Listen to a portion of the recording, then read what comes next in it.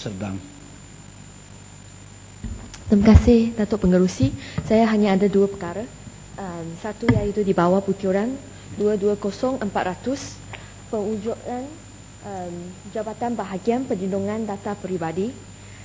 Saya rasa Akta Perlindungan Data Peribadi telah diluluskan di Dewan ini pada tahun 2009 dan saya percaya bahawa akta ini telah dikuatkuasa pada Jun tahun ini.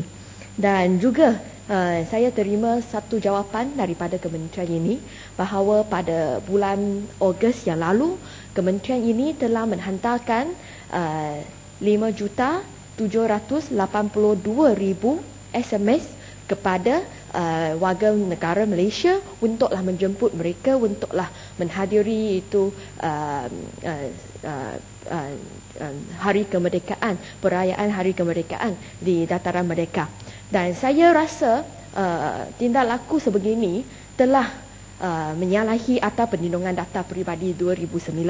Kerana kalau saya merujuk kepada Seksyen 6 Rengkungan 1 yang telah memperuntukkan bahawa seseorang pengguna data tidak boleh memproses data peribadi mengenai seseorang subjek data melainkan jika subjek data itu telah memberikan persetujuan bagi pemprosesaan data peribadi itu. Dengan kata lain, apabila kita sebagai pengguna kepada itu syarikat telco, kita membekalkan data peribadi kita sepertinya nama kita, umur kita dan jugalah nombor telefon kita. Proses tujuan kita adalah untuk mendapat perkhidmatan daripada syarikat telco tersebut. Dan kita tidak pernah memberi keizinan ataupun persetujuan kepada syarikat telco ini untuklah menghantar SMS bagi mana-mana pihak. Sama ada itu bagi pihak kerajaan pusat atau bagilah syarikat-syarikat yang lain untuklah tujuan mereka sendiri. Tetapi sekarang bukan sahaja syarikat telco ini menghantar SMS ini bagi pihak kerajaan pusat kepada pengguna-pengguna, kepada rakyat jelata Malaysia tanpa keizinan kita, tetapi jugalah ini mereka membuat sedemikian, mereka menghantar SMS itu sedemikian ataslah permintaan daripada SMKK. Saya rasa ini tak patut, ini tidak patut. Sepatutnya ini Suruhanjaya Komunikasi dan Multimedia Malaysia SKMM ini mereka sepatutlah untuk pergi jalan tugas untuk memastikan bahawa data peribadi kita tidak disalahgunakan oleh syarikat telco.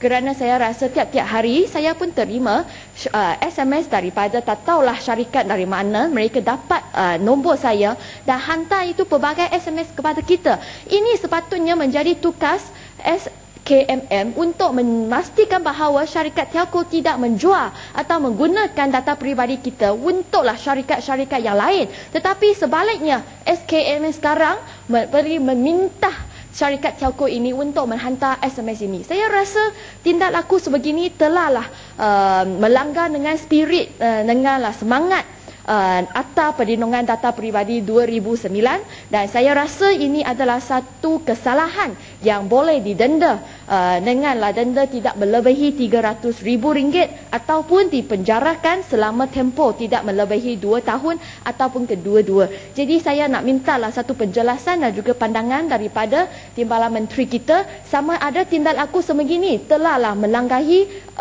semangat Akta Perlindungan Data Peribadi 2009.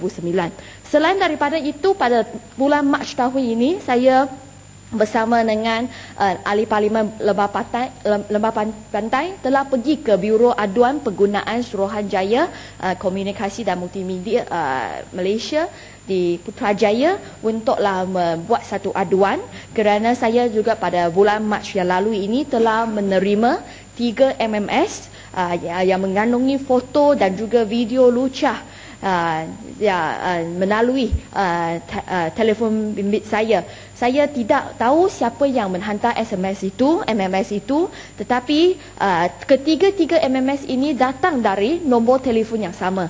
Saya telah meluangkan masa saya untuk membuat satu aduan dengan SKAM. Tetapi saya rasa amat mengecewakan kerana sampai hari ini sudah lebih daripada 6 bulan, sudah lebih daripada setengah tahun, tetapi sampai hari ini saya tak terima apa-apa maklum balas daripada SKAM. Saya rasa walaupun saya tidak dapat untuk membekalkan nama penhantar MMS Lucha tersebut, tetapi saya rasa saya telah menjalankan tugas kita. Saya telah membekalkan nombor telefon yang hantar MMS itu.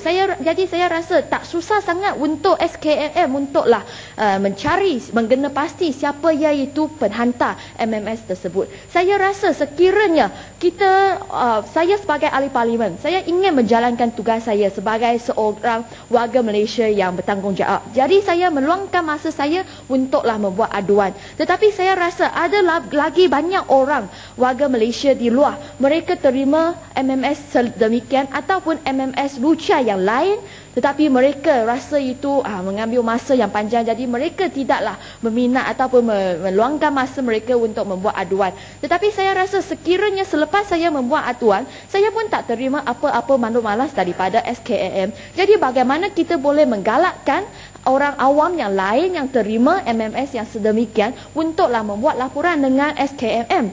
Saya rasa pada zaman ini budak-budak mereka pun boleh mempunyai handphone, telefon bimbit mereka sendiri. Jadi saya rasa ini adalah satu isu yang serius. MMS yang saya terima itu bertajuk Anwar tidak memoral, dan satu lagi bertajuk Anwar pembohong. Saya rasa isi kandung MMS ini memanglah nak menjatuhkan maruah ahli parlimen Pematang Pauh. Jadi saya rasa ini adalah MMS yang berbunsut politik. Jadi saya harap SKAM bolehlah menjalankan tugas mereka. Bukanlah pergilah menjumpai itu syarikat telco, minta mereka menghantar MMS untuk menghantar SMS bagi pihak kerajaan, walaupun tindak laku sebegini, perbuatan sebegini telah melanggahi Akta Perlindungan Data Peribadi 2009.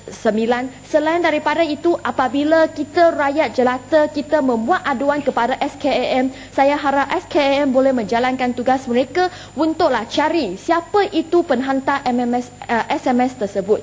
Kerana saya rasa sekarang semua nombor telefon kita mestilah buat pendaftaran. Kita mestilah tulis siapa itu pengguna itu. Kita mesti membekalkan semua maklumat ini kepada syarikat telco. Jadi bukan susah sangat untuk SKAM untuk menggena pasti siapa penhantar MMS ketiga-tiga MMS tersebut yang berniat jahat untuklah menjatuh itu maruah ahli parlimen Pematang Pauh. Jadi saya inginlah mendapat satu penjelasan daripada Timbalan Menteri apa tindak laku yang telah diambil oleh kementerian, oleh SKMM terhadap aduan yang saya buat pada bulan Mac yang lalu. Terima kasih Tan Sri.